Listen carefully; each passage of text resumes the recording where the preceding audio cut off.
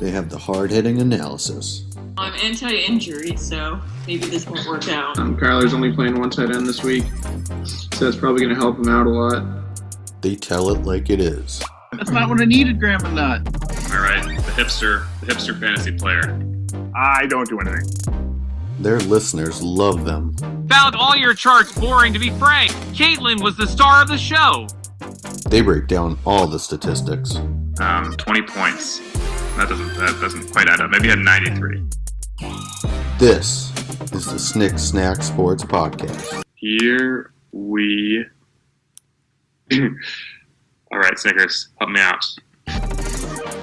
Oh, what's going on, everybody? It's the end of the regular season for fantasy football. How are we doing today, Nate?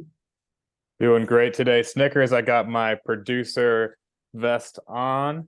I am ready to go. Hope you're all having a great week. We've got one of our playoff contenders on the show. We've got some playoff analysis going on tonight. How are you doing tonight, Snickers? Doing great. Yeah, the bet between you and I is it was separating for a while. It's tightened back up again. What happened last week? Yeah, no, we're down to 1 point apiece here. Apart now, we have Najee Harris versus Jalen Warren. Steelers' run game. Apparently, they didn't decide to play football last week against the Arizona Cardinals, and they both didn't do very well. But Najee did outscore Jalen by 2.7 points. So, yeah, you're up. You have 6 points, and I have 7 points. Coming down to this week to see who goes into the fantasy playoffs with some momentum. Yeah, I mean, for the fantasy football world, the bigger takeaway was just that they both disappointed. But I did come away with the win.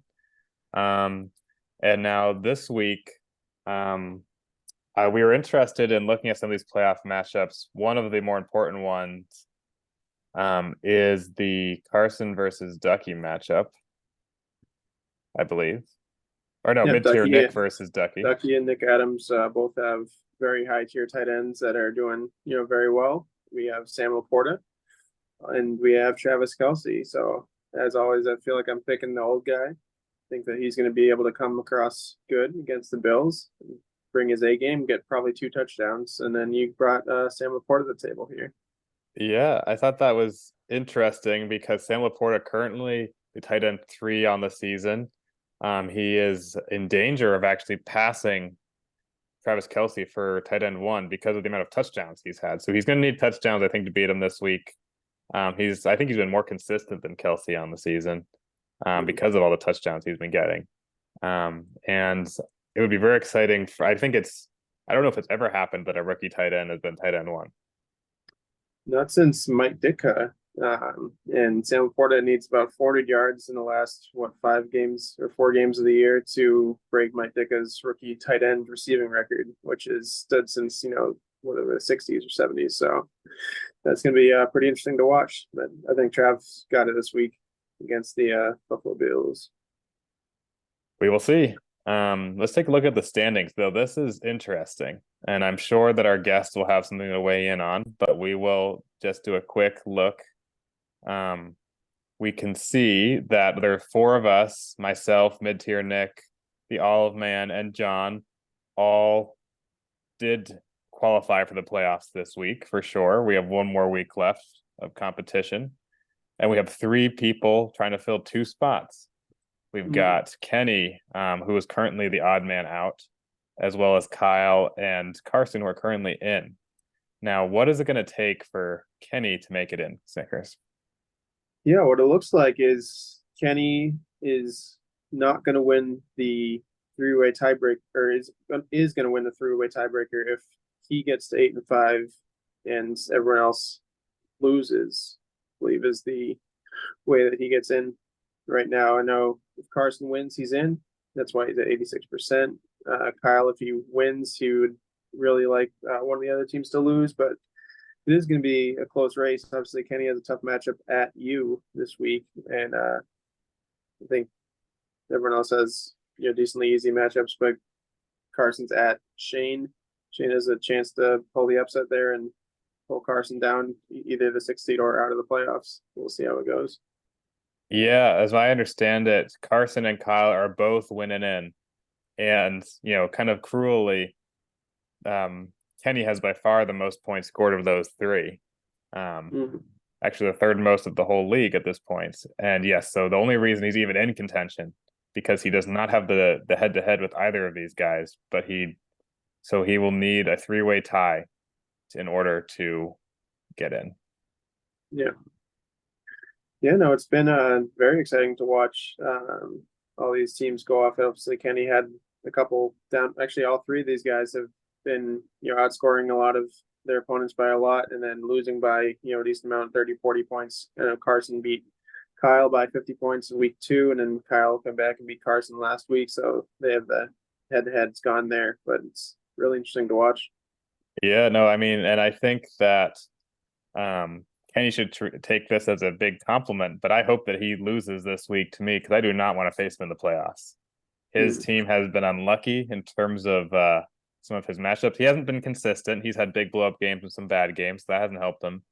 But I do not want to face this guy in the playoffs. So yeah.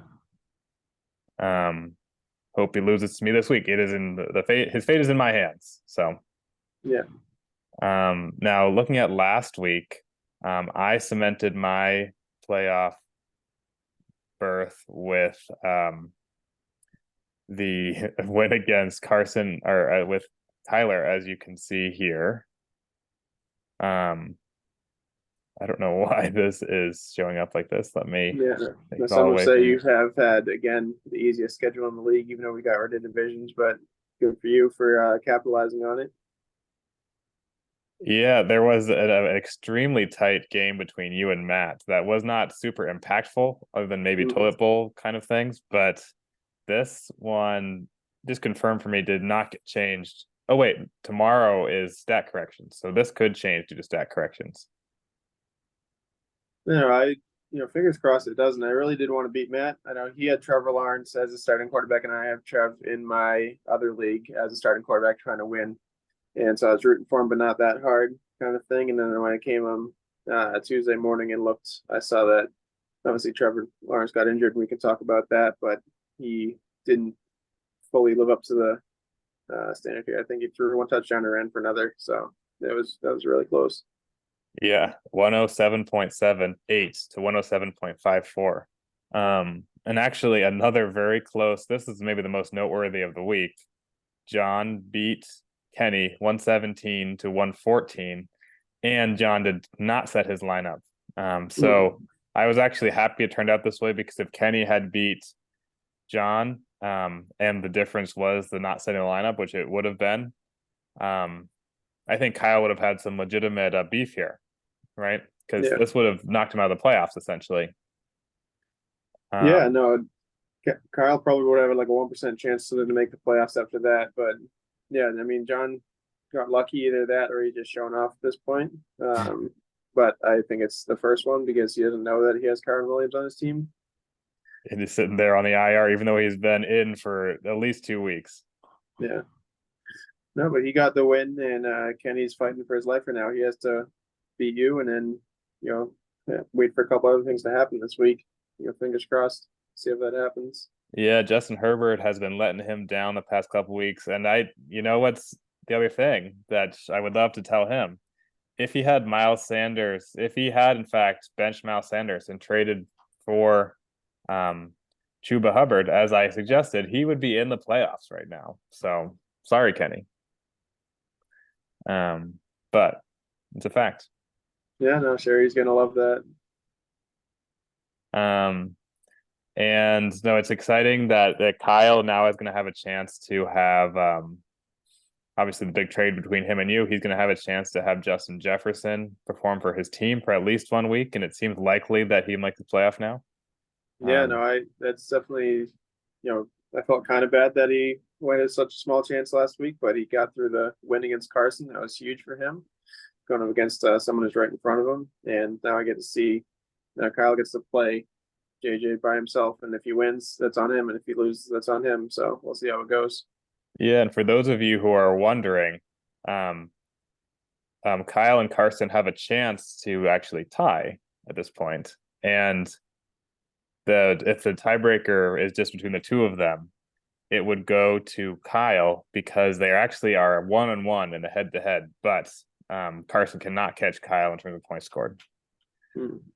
And then mid-tier Nick blew out his sister in a game that was very impactful for him. He deserved the win. 171 points, good for him. But Katie also did not set her lineup, so shame on you, Katie. But yeah, what's going on in the NFL? There was actually a lot of injuries this week. Yeah, like we said, starting off, Trevor Lawrence Monday night has a high ankle sprain. It didn't really look good. And for all the haters out there who think the Jaguars don't care about the players, Trev said that he waved off the card, that he wanted to tough it out, be like Mac Jones, and get off the field by himself. And then Christian Kirk, Najee Harris, Christian Watson all have injuries. They're very questionable to play this week. I know Kenny Pickett is going to be out probably another week here with Mitch Trubisky going up against the New England Patriots on Thursday Night Football. We got Kenyon Drake making his return to the NFL with the Green Bay Packers. He's on the practice squad right now. We'll see how it goes, and we'll see what that means for Aaron Jones moving forward here. And then more Jets quarterback news. They dropped Tim Boyle, pick up Brett Rippon, and plan to start Zach Wilson. So we'll see. I'm not going to really watch that, but Jets fans will, like Carson, will get to see what happens there. Yeah, a lot of this news did not impact me very favorably. Christian Kirk, Najee Harris, both on my team, both people I've been starting a lot. Christian Kirk in particular has been a very good player for me this year. But also this Kenyon Drake, I don't love it. I haven't been playing AJ Dillon, but if he steps in and takes work from him, that wouldn't be great for my depth. So I guess a lot of the perception I have is because a lot of this impacted my team. But before we have our guests on the show to talk about next week's games, we have a quick word from today's sponsor. This is a public service announcement. We are here this evening to warn you of a dangerous man. He has many alibis, including Tozilla, Flapreds, the Socialized Medicine Man, Mr. Return Yo Girl, and the Horny Penguin. You may know him as Nathaniel Soames. Now, even though this man has committed the most heinous of crimes, we are unable to do anything due to the diplomatic immunity granted to him by, you guessed it, the Dutch. He is about yay high, a medium build, with dirty blonde hair. That is also how I would describe his personality. If you see him, please find your nearest shelter and do not leave until the sulfur smell goes away. During these trying times, we wish you all a good night and good luck. No, thank you to that sponsor. I don't know who they're talking about, but everyone stay safe. Dirty lurkers are out there everywhere. Welcome to the show, Nick. How you doing? I'm not too bad. How about yourself, Nate? Doing all right. I'm one of the championship contenders, and I expect I'm the favorite. So, and that's not just me saying that. Unfortunately, all the people you're gonna face here on out will set their lineups. That may be, but I don't know if you've been following the ESPN projections, but they currently have me projected as the favorite to win. Really? Yes, they do. Oh, okay. Yeah, those are never wrong, so. Just ask Shane. Yeah, Shane was giving it crap that he was ranked like 11th before the draft. That ended up not being too far off. I was ranked 12th, and it was super wrong then. But now it's not wrong. Well, that doesn't include the trade that we made, which definitely helped your team. Helped my team in the short term. I think you're presuming it helped your team in the long term. I'm really hoping that going for in the years to come, Puka will have paid off dividends. The loss of Tank Dell, I'm still mourning a little bit of that. That one hurts. That undeniably hurts, and we could not have known about that at the time. No, I mean, I play with the expectation everyone stays healthy. You can't really predict injuries. You don't want to hope injuries onto other people. At the time we were making the trade, it looked like Tank Dell was going to be their number one guy. He had like back-to-back weeks with, I swear, it was like 15 targets. Yeah, he was looking like the rookie of the year as far as wide receivers go. Even maybe compared to Puka, with Puka slowing down recently, but I don't presume health on all players to do for most, but if I'm trading someone like Saquon Barkley, I'm assuming that I'm only getting about half those games. Oh yeah, well I guess that's true. If you got the veterans who have a history of injuries, yeah. But we were trading kind of rookie-ish guys where we don't know what their history is going to be. Yeah. Now I want to get both of your reactions. This broke right after the show last week, but our commissioner Matt handed down a ruling about the various gates that have impacted our league this year. And I'm just going to read it word for word, so everyone's aware. He says, and I quote, "The commissioner's office shockingly finds no fault of Tango with the Truck Father in regards to the message sent to Short Round. In regards to all gates for not sending lineups, the commissioner's office finds it plausible that John was camping and Carson forgot to set his lineup. John's Strava activities confirm activities in Maine the same weekend in question. However, the commissioner's office believes Tango the Truck Father attempted to shift attention to the Olive Man when it was beyond reasonable that snowboarding season, aka Matt, was snowboarding when inactives for the Thursday Night Football game came out, resulting in an inactive player of the flex position. This had no impact on the weekly matchup. The commissioner's office renders an official warning to me for attempting to shift attention away from his extreme fortune of playing multiple people with better things to do."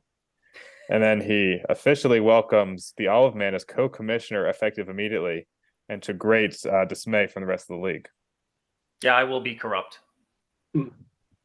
So what do you two think about that broadly? I mean, it seems like I may have been vindicated here. I'm not sure what the attention shifting he's referring to is, but You had put some heat out there when Matt didn't set his lineup because I think it was Khalil Herbert got ruled out at like 8:00 for an 8:30 game, and I think you were blaming or using that as a way to guise your whole scandal that was going on at the time. So that was where he's issuing a warning. I I think wonder that if was it's like the NBA where if you get 2 technicals, you're ejected from the league. not ejected from the league. They just, you have to sit down for that game.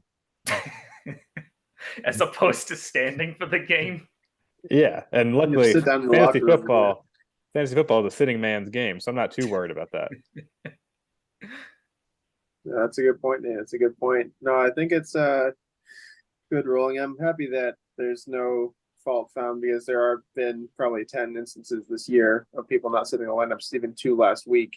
So, Ducky, when you say that Nate's going to be facing full rosters throughout the playoffs, I'm not 100% sure that John and Carson are going to sit their lineups 100% the way through the playoffs. They are the main we'll see if people in Carson makes the question. playoffs. Probably will, but we'll see. But not all the gates were addressed. I'm sure there's some still investigations going on in regards to, for specifically the what's it called? I think we're calling it 2 commish gate or co-commish gate. I'd really like to see some information about that, what the money that may have exchanged hands there, as well as the attacks on this very podcast by the corrupt government that may rule our league. So, well, you'll see to come. We'll see what's got to come next year. But yeah, no, I look forward to you handling that very responsibly. And but now tell us. I know you've been doing some analysis. We're actually gonna pull the screen back up regarding the seeding positions, because in our playoff format, the top 2 do get a bye, and we have 4 people who have a good chance of getting it. So only 3 can get it actually, because I'm facing Nick this week. That's right. Well, so all 4 of us are possible to get it. I guess no, because if I win, Nick loses. You and John. It doesn't matter what you do. That's only 3. Well, that's slightly different. At this moment, it is any one of us can get it, but yeah. Nick Adams beats you. Yes, I guess there's a different arrangement of things. The likelihood of the top 2 seeds would be I think John and I have the inside track due to the fact that we have like 200 more points than you and Nick. Mm-hmm. Yeah. But I mean, yeah, if both of us lose, then you guys get the first round buys. Yeah, so really, I agree. You and John would be the favorites for this. In order for me or Nick to get it, you both would have to lose, and I can also get it over mid-tier Nick and get it with John if I pass him in points scored, which I'm only 15 away from him. So we're he has the advantage, but it's relatively close there. Yes, I agree. We did. Me and Kyle were texting yesterday, and we did some number crunching. And there's a really interesting turn of events. Had you faced full lineups and theoretically lost, which was the expectation based on the matchups that week, you would be at 7-6 and actually in 7th place because you don't have the points for to beat out Kyle or Kenny. Let's see, 7-6, and so I see, because it would be a 3-way tie there. It would be so a 3-way tie, defaulting to points for, which would put Kenny in the 5 spot, Kyle in the 6 spot still. Carson would jump up to the 9 and 4, and in fact, John I think would clinch a bye if he had set his lineup because he'd be 10 and 3, and no one. I mean, unless you guys drop like in an absolute monster week, no one's passing him for points for, other than me potentially, but he would still be able to get the second bye. No, that is interesting. I was thinking about that myself. I hadn't fully crunched the numbers, but so I would not be out of it. But no, you wouldn't be, and you would still have, I think, the inside track because I think you beat either Kenny or Kyle. So if it came down to a 2-way tie, you'd still be able to beat them. But it was Kyle. just interesting. You did beat Kyle? I beat Kyle and I beat Carson. I right now am 0-1 versus Kenny, but we're playing each other this week, and so that could have been, so that would have been actually, so had the lineups been set, you and Kenny would be playing for that last spot because whoever wins obviously gets the better record. That would be cool. But I did find it funny that John basically lost the number 1 seed because he didn't set his lineup against you. Yeah, and he didn't set it last week either, and very narrowly. We were talking about how, obviously that ends up really impacting Kyle. If Kenny wins, Kyle all of a sudden drops like 1% chance of making the playoffs. So I'm sure he would have pissed about. Yep. I think it would have been. I think it would have been more or less over at that point because I think Kyle. Oh no, because the head-to-head Kyle did beat Kenny, which is why he's above him. So had they tied again, he'd still take that spot. Yep. And Kenny did lose last week as well. So, well, that's Kyle won last week, I guess, was the key. Yeah. Yep. And so now let's look into some of those matchups. There's a lot of important ones this week. One of the most important is this one here between me and Kenny. Again, I will make the playoffs, but if I want the bye, I need to win this. Kenny needs to win this just to get in the playoffs, and he is projected to beat me by 15 points. How is he projected to drop 150? To drop 143. Well, I'm doing a little rounding here, but like my team is averaging like 140, and my projections this week are 125 or something like that. Something like normal. Like he's just. Well, why don't you tell us where ESPN went wrong? We have his projections down below. Who do you think he can make it? I mean, I'm not gonna doubt that. But like, I just can't believe that he's projected to get that. I guess the averages are there. It's not like they're projecting these players to get like astronomical numbers over their averages. They're expecting them to just be par for the course. That's wow. Kenny's team is a little scary. Yeah, I mean, 10 out of his 11 players are top 15 at their position. So that's pretty impressive, I'd say. Yeah, no, he actually has one of the best rosters in the league. He is the 3rd most in points scored, but I think part of what his problem has been is that, I mean, well, Saquon's new to his team. Saquon has not been consistent though, so his 14.6 average means some 20-point games, some 8-point games.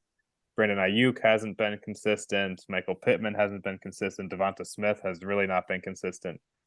So he needs to either go nuclear or put up nothing. Right. So the outcome exists where all those players score like 5 points. Yeah. That's happened before to Kenny. So. Right, which is when he scored like 50 points one week. He might have had played me that week too, which is funny. Now on my side, I also have some players who really, Austin Eckler in particular, who's projected at 16 points. I'm not counting on that from him. His last 3 weeks have all been like 4 points. Joe Mixon also was really boom bust. Romeo Dobbs, I haven't played him all season. So I have a shaky lineup here. I don't know what happened to Isaiah Pacheco. But he has a bruised shoulder. I know that's what happened to him, but I don't know if he's likely to play or not. Well, because he's been carrying the Chiefs' offense the past 4 weeks. Yeah. So yeah, I think it's gonna be close. Justin Herbert's gonna have to come through for him if he's gonna win, I think, ultimately. I would say Barkley. If Barkley shows up, he's got a good shot. Just because 14, like Barkley has the potential, I would say, to put up 20. But he also has the potential to put up like 5. So I mean, if Barkley shows up. I feel like the chance that the Giants score 0 points is like 40%. So I would bump that up even higher. But I mean, Barkley rushes over 100 yards. That gets him double digits, gets a couple receptions. He's suddenly at the mid-teens. Yeah, no, exactly. No, it will be an interesting matchup against the Packers. I'll be watching this week. See how they go. I know Giants Packers have a lot of playoff history. The Giants coming out on top, and we'll see if Saquon and the Giants can hopefully get a dub and see if we can knock the Packers down a notch. I think they're being ranked a little too high in a lot of people's eyes. They're not actually that good. But we'll see. Yeah, another critical matchup, not for the playoff contention, but for bye week contention, is you versus Nick Adams. Now, Nick Adams has not set his lineup yet. He has not filled his lineup this year, so I'm not worried about that. But his projection. He doesn't really have much to replace those guys, though. I was looking at it, and there's really not much on his bench. Except for Justin Tucker.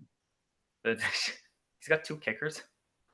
He does. He's not going to drop Justin Tucker. He drafted him in like the 4th round or something. Oh, Baltimore was on. That's right. Baltimore was on bye last week. Yeah. Yeah, I can try. Let's see. I'm going to risk it with my computer and click on his account. You can click at the bottom. At the bottom, it shows show bench. Oh, it does. Well, here we are. But we're trying to see if he's going to replace his. He's got George Pickens and then like a filler. Got the Niners defense. He's got a lot of onesie positions that he has 2 of, which is really interesting. But yeah, Cole Kmet and George Pickens. We'll see. Yeah, he's not going to put in Kmet over. He doesn't have the running. He's got Justice Hill to replace or Latavius Murray. Yeah. So. Yeah, no, you're right. This is he didn't. Well, yeah, Cole Kmet honestly would probably be not a bad idea to stick in his flex. I know we knock on the 2 tight end strategy, but here that wouldn't be the worst idea. Where do you bench Kelsey against Buffalo? If he benches Kelsey against Buffalo and beats me, I would have the utmost respect for him. Well, we actually made a bet today on Sam Laporta versus Travis Kelce because Sam Laporta is close to passing Travis Kelce on the points on the year. Laporta's been really good. We can see that the matchup for versus Buffalo is middle of the road for Kelce, but yeah, but it's still going to be a big game. They've faced each other 6 times the last 4 years. I think Kelsey's going to show up and get 2, 3 touchdowns in that game. And he got like 50 yards and like 6 receptions last week. He didn't exactly do much, so I'm thinking he hasn't been doing much. That's exactly right. He has 2 touchdowns the last 6 weeks, and I think he's going to come to the table though in a big matchup here and go against him. I know that the Chiefs have Patriots, Raiders, a lot of not important matchups after this, so we'll see if Trav can pull it together once before the playoffs start. Yeah, honestly, looking at his lineup, I do not know how this team has been so successful for him. Yeah, so it's been the exact opposite of what I have been successful with. So I went and looked, and my streak of only winning if I break 130 is still intact. He's gotten plenty of wins where he drops like small points. Like, I mean, it's all luck. You get the right weeks, you get the right matchups. I mean, he has the capability apparently to drop 170, which I didn't know about, but yeah, it surprises me that this team is capable of that. But I know that the DK Metcalf had like a 50-point week last week, and that explains a lot of it. He was Seattle's offense. That was one of those games that's a performance going to be remembered for this year, along with the Devon A-Chain game is going to be the DK Metcalf game. Yep. But, yeah, and then I know the other kind of relevant matchups include, of course, Kyle's game and Carson's game. and I'm sure we'll get a chance to see those in just a second. But Nate, do you want a new computer for Christmas?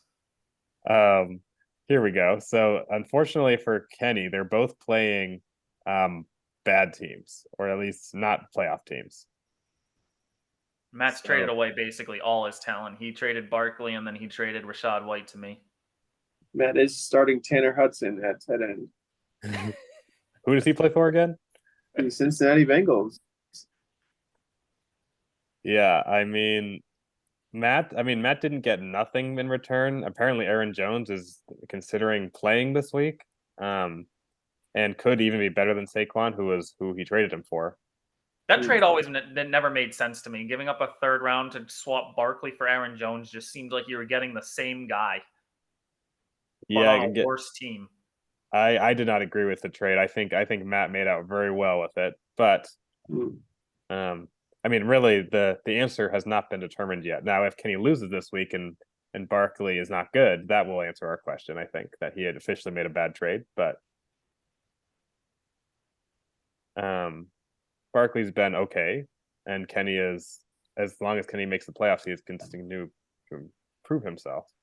And DJ Moore could be good. But yeah, I think that Kyle losing here seems like the tall order to me. He's the scary one that I don't want to play in the playoffs. Yeah, no, Kyle has 2 number ones at the position, and I'm happy to see that he has Justin Jefferson going into the playoffs here for at least a week.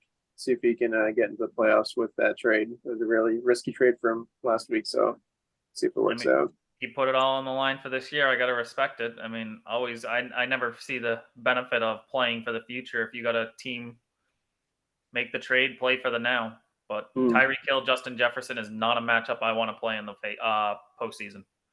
No. Yeah, I admit I was skeptical of the decision to add trading picks, but it's been fun. It's been fun this year, so props to Matt for that idea. I think there might be some. We need to do some fine tuning so that, depending on how the draft goes next year, Matt and Snickers having 2 third rounds might be a little overkill. But we can always fine tune it going forward. 1 year, if we find out that that's too much, then we maybe drop it down to a max you can trade as like a 5th or something like that. Maybe, but I almost guarantee that one of those two, either Snickers or Matt, draft somebody in the 3rd round who gets dropped in the year. I think a good 1/3 of 1/3 of 3rd round picks are useless. No, I agree. I think my 3rd round pick was Jerry Jeudy, which was, if you were there, I was shouting how much of a panic pick that was. Yeah, I remember that. Yeah, and looking at Austin Eckler, Saquon Barkley, those are both 1st, 2nd round picks. They're currently 27 and 24th ranked running backs in the year, obviously because of injury, but also because they haven't been that good. So yeah, 3rd round picks. That's kind of where the running back dead zone starts, and you can find some really good wide receivers, some really bad wide receivers, and be really interesting the next year's draft here. Yeah, and I think even with those picks, I think it's worth noting, I drafted Austin Eckler. He has not been good for my team. My team's been fine, Mm-hmm. It might even have been better for my team if Austin Eckler was just out for the year at this point. But I keep playing him, and I keep winning. I'm winning 6 weeks in a row. Yeah. But this is the last matchup to preview here briefly. Carson will want to win this one. He's not projected to win right now. He does have a full lineup in there. I would love to see Shane be spoiler here. How is he not projected to win this? Oh, okay. Shane hasn't won many games over the last couple weeks here, so we'll see if he can pull one together and get the dub. Yeah, part of it is that Devon A-Chain is back and projected at 15.4 points. A little too late for Shane, and I see Zach Moss is projected at 17 points. Yeah, with JT out, it might be able to get that against Cincinnati here. We'll see. So I know Shane would love nothing more than to influence the playoff outcome. But right now it is close, 129 to 124. We'll see if it pans out that way. I wonder, do you have the standings open? Yeah. Because there's a chance, I think, if you scroll down to points 4. If Carson loses and Kenny and Kyle both win, Carson's out of the playoffs. Yes. Yeah. That's true. Yeah. Yeah, He's Kenny actually- would move to 5 and Kyle would stay at Yeah. 6. Yeah. After having such a dominant start to the year. Oh, sorry. Actually, I think that might not be true because I think Carson has the tiebreaker. But they'd well, be tied at 8 and 6. oh, or if they're whatever the all record- sorry, if they're all tied at 8 and 6, Carson's the odd man out. Yep. Hmm. So, good point. He has the. I think he has the individual tiebreakers on both of these players. No, only on Kenny. Kyle and him are 1 and 1. But Yeah. So, yep, that is the risk. Now, before we go, let's just take a quick look. This was actually a somewhat interesting free agent week. Kenny did go for Roshan. He didn't play him, but or isn't planning to play him at the moment, anyways. But he did spend 11 on him. I guess why not? Why? He's What- the what best am I running back missing? pickup of the week. Besides Zeke and Keaton Mitchell are already on teams, so he was the best Yeah. one available. You want But someone isn't just in Donta case. Foreman coming back and they have Khalil Herbert? Yeah, but I think what I've been seeing was that Roshan started over Khalil Herbert last week, and that Deonta Foreman, it's possible that he's on the outs. Roshan's a younger guy. Oh. It's not going to help him this week, but who knows? He could be that breakout guy. But then Elijah Mitchell ended up back on mine just as a handcuff. Half spent up on Texans and Isaiah Likely. So I mean, nothing too interesting, but anyways, it's still active. People are still spending their money. I know we don't have much time left, so I just want to say thank you for joining us this week, Ducky. Of And course, thanks for having me. yeah, and hope that you lose this week and I get the bye. But we'll see you all next week.